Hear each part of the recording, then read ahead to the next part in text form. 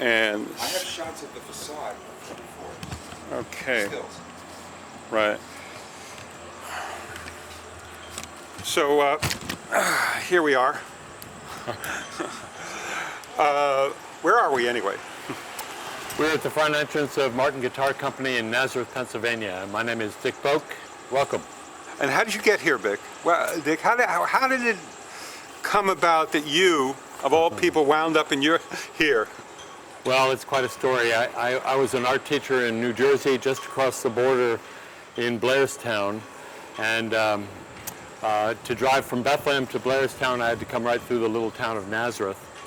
And I saw a billboard for Martin Guitars, and I'd been trying to build guitars out of balsa wood and old oak doors and leather and mat board and anything I could find ever since I was 12 years old. So I was interested in guitars, but I didn't know anything about Martin.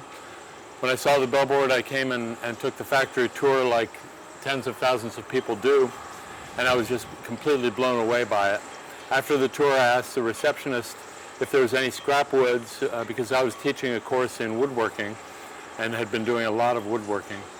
She sent me around to the side of the building over here where the dumpsters are, and I hit the jackpot that day. There was rosewood and ebony and mahogany and koa wood and scraps, fingerboards, different things for making guitars. And I brought my Mustang around. I filled my car up, and an hour later I came back a second time and filled it up again. And over the course of my 4 years of teaching, I think I came back here probably 500 times. I started getting better at making instruments because I started to get better woods. In fact, the foreman at the back door saved a lot of wood for me. And one day I was in the dumpster, fully immersed, and the foreman of the shop came to the back door and handed me a stack of spruce. His name was Harvey Samuels, and he was Pennsylvania Dutch. And he said, I saved some stuff for you. And I said, thank you. And he said, well, what do you do with the stuff anyhow? And I showed him two instruments that I built, and he was impressed, and he said, do you mind if I parade him around the shop once? And off he went with my two instruments. He ran into C.F. Martin III, who at the time was about 85 years old. And C.F. took a look at the instruments, and he said, tell that kid to apply for a job. And Harvey brought the instruments back to me, and he said, the old man says you should apply for a job. That's C-H-O-B. So I came around, I brushed my hair back. I was a bit of a hippie. Brushed the dirt off and went inside and said, I'd like to apply for a job. And the same receptionist said, I don't think we have anything for you. And I said, well, any openings whatsoever? She said, one opening, very specific, design drafting. And I said, I've been teaching design drafting for 4 years. I've been doing design drafting for 10 years. I've got examples of my draftings in the car. Shall I bring them in? She said, she's doing her nails, and she said, we're really looking for somebody with some woodworking experience. I said, well, here's some jewelry boxes and lathe turnings that I've made out of your scraps. I have more in the car. She said, we're really looking for somebody that has some experience with guitar making and music. And I said, well, here's two instruments I made, and the old man says I should apply for a job. So reluctantly, she brought human resources up, and they interviewed me, and they said, can you start tomorrow? I said, no, I have to go to the Bob Dylan concert. I could start on Wednesday. So that was 37 years ago, and they didn't know it, but I would have done the job for free. I immersed myself in drafting and just absolutely loved the job. So here we are. Let's maybe go inside and see Right. where you've been for 37 years.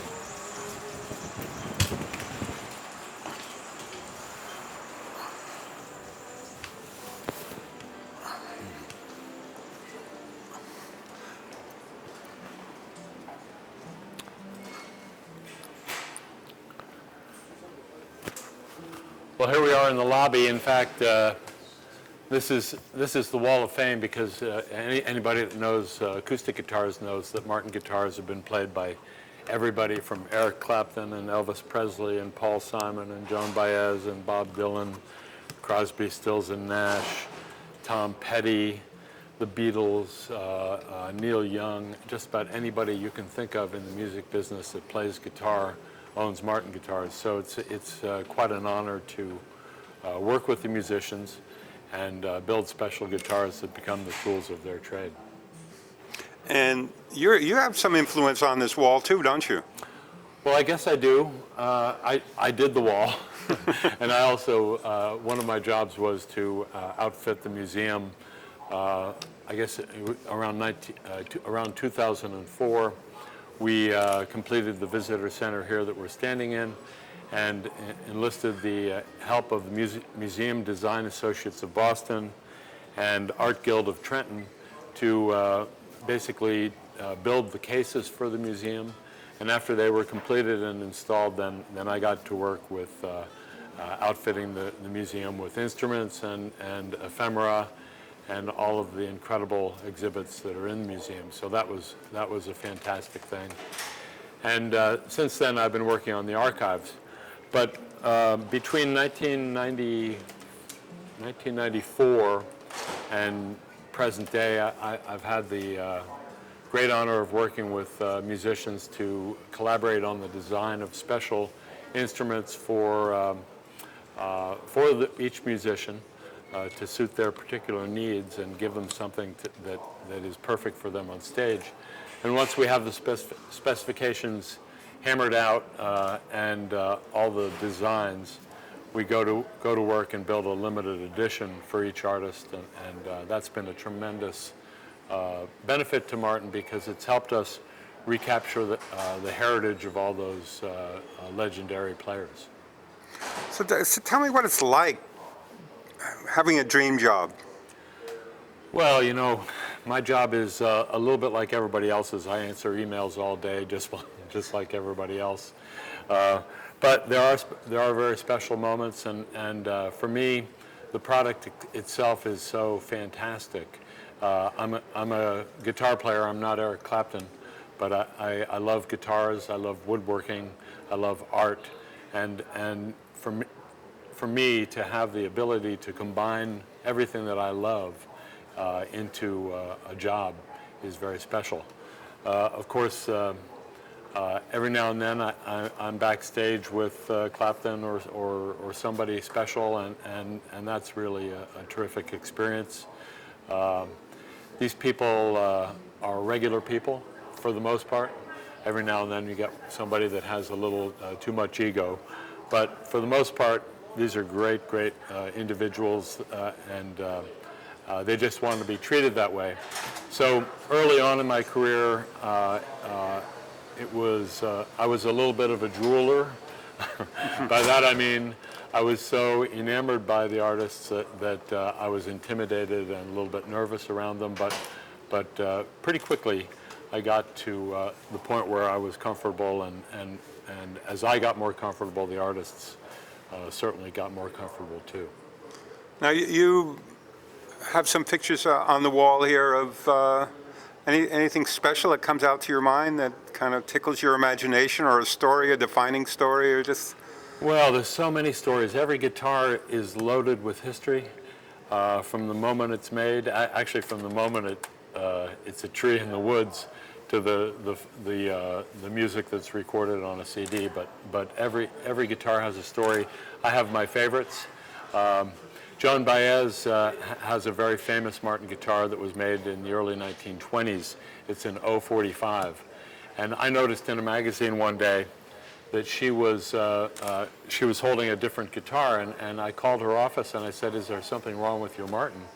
And she said, well, she was up in Seattle and somebody handed her an instrument that was a copy of the Martin and told her that the Martin was worth $1 million and that she should put it under her bed.